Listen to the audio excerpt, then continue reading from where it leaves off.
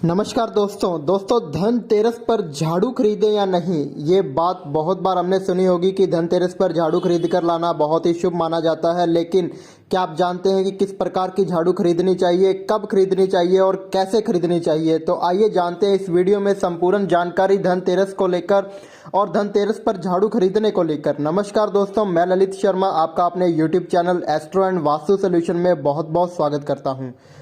दोस्तों, हिंदू धर्म में झाड़ू माँ लक्ष्मी का प्रतीक माना जाता है। किसी भी दिन झाड़ू खरीद कर लाना आपके जीवन पर गलत असर डाल सकता है।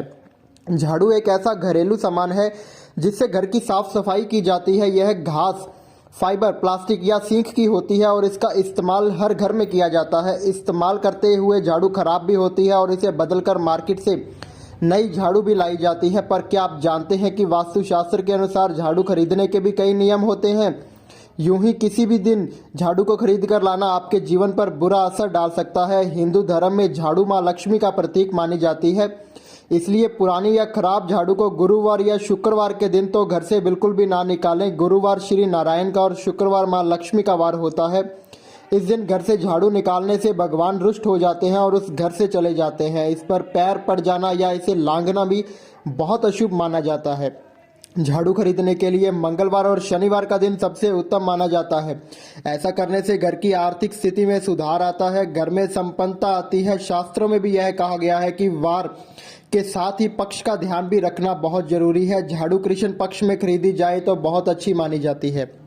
मान्यता है कि इसे घर के ऐसे स्थान पर रखना चाहिए जहां किसी की भी नजर ना जाए और इसे बिस्तर के नीचे तो बिल्कुल भी नहीं रखना चाहिए। झाड़ू लगाने के समय की बातें करें तो सूर्यास्त के बाद इसके प्रयोग की मनाही होती है। झाड़ू को माता लक्ष्मी का प्रतीक माना जाता है। मान्यता है कि धनतेरस के दिन झाड़ू खरीदने से घर में मां लक्ष्मी का वास होता है। अगर आप आर्थिक तंगी से परेशान हैं तो धनतेरस के दिन झाड़ू जरूर खरीदें। सोना, चांदी और पीतल के बर्तन खरीदते समय साथ ही इस दिन घर में नई झाड़ू खरीद कर लाना बहुत जरूरी माना जाता है। माना जाता है कि झाड़ू से नकारात्मक शक्तियां दूर होती हैं और घर में सकारात्मकता का संचार होता है। झाड़ू को घर में सुख समृद्धि का भी कारक माना जाता है। पुरानी झाड़ू को धनतेरस के बाद इस्तेमाल नहीं करें। हो सके तो धनतेरस पर आधी रात के बाद इसे घर से बाहर निकाल दें या फिर आप इसे दिवाली की रात भी घर से बाहर निकाल सकते हैं। इसके अलावा नई झाड़ू लाने के बाद उसमें एक सफ़ेद रंग का धागा बांध देना चाहिए। इससे मां लक्ष्मी की कृपा बनी रहती है और घर की आर्थिक स्थिति में सुधार आता है।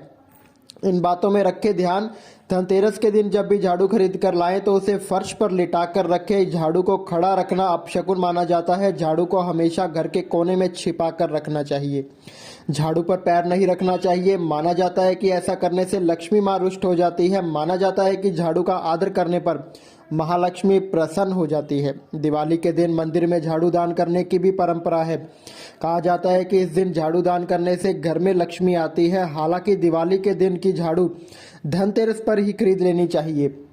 कभी भी घर में उल्टा झाड़ू नहीं रखना चाहिए। कहते हैं कि इससे घर में कलह बढ़ता है।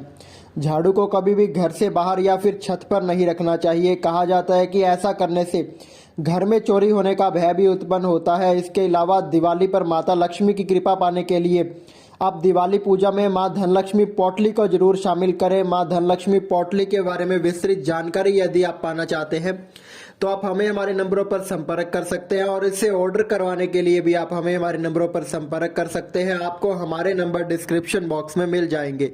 जय माता दी दोस्तों।